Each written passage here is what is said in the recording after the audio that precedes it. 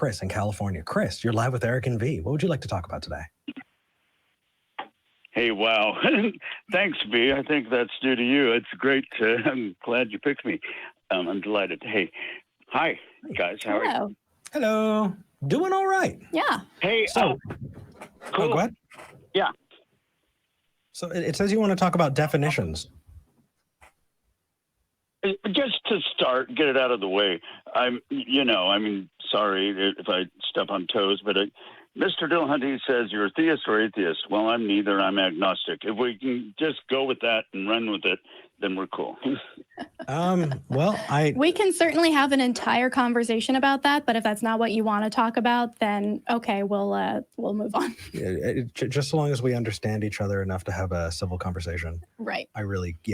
So what do we want to define? In general, I'd like you guys to kind of take the lead, because I can be outspoken, and I've been trying to zip my lip a little more because it works better, especially with you guys. I'm just jazzed you took my call. I generally no worries. Has the call screener. Yeah. So it says that you want to talk about faith and hope, and we can absolutely take the lead on that. Yeah. So we're in the realm of things that you accept to be true. We're talking about beliefs, right? And a belief is a thing that you accept to be true. Yep. And so when you are talking about your justifications for what you accept to be true, there are all of these different, pieces that we add in. And, why are you accepting this? And so faith is one of those pieces. And I don't think faith is useful because faith, to my knowledge, is accepting something to be true, right? Believing it without evidence. Now, you want to talk, you also talk about hope. Hope is not believing the thing. Eric, excuse me, if we could, right there, and break. I'm totally with you on the faith thing. I said that as a buzzword to get me in. But anyway, that's the focus. Wow. Wow, at least you're honest now. Yeah. Anyway, sorry. Yeah, hope is actually where the focus comes in. So go ahead on hope, please. I appreciate going through it. Sure. Hope is not you're not actually believing a thing. It's what you want to happen, right? It's your preferred result. Right. If you say heads, this happens, tails, this happens, and you toss the coin, before it lands, you have a hope of which one it's going to be, right? You hope that it's heads or you hope that it's tails, but that doesn't mean you believe that it's going to be, and you can't know that until it lands and you look at it, right? Versus faith would be a statement about the conclusion. I'm going to flip this coin and it will be heads every time. Right. Because you're making a statement. Faith, if I will, faith, schmeef, however you say it. We click right on with the hope thing, and we have in the past, and I think you think like I do, and so we're cool with that.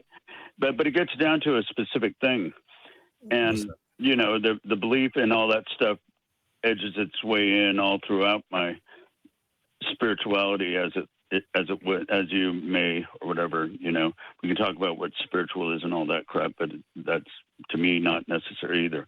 Okay, so are we talking about how you're using hope in this spirituality that you've got, or when talking about supernatural or spiritual things? No. The hope would be, to try to get it down in one sentence, would be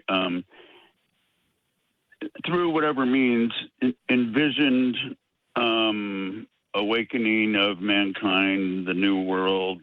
It gets into, I don't know, people that are secular, humanist, I guess, a little bit, people that help for the well-being of others. But I've envisioned, call it whatever. It's not. I'm not a magic guy that's prophesized this stuff, and I know all the answers. But it's that thing. It's like second coming of Christ or whatever. I've envisioned that, and I through my feelings, I've had real thoughts. Oh wow, this is going to happen. It's probably my best dream, or so on.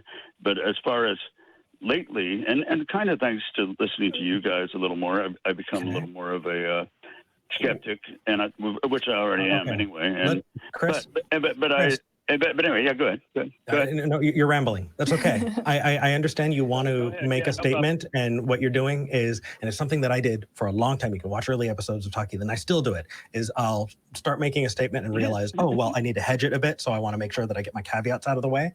And then by the time you get to the end, it's been half an hour. So let's. I got you. I definitely got you. No problem. So I'm going to assume that you're an honest interlocutor, and if we need clarification, then we can ask for it. What is the thing that you wanted to engage with us on? What was the meat of the topic?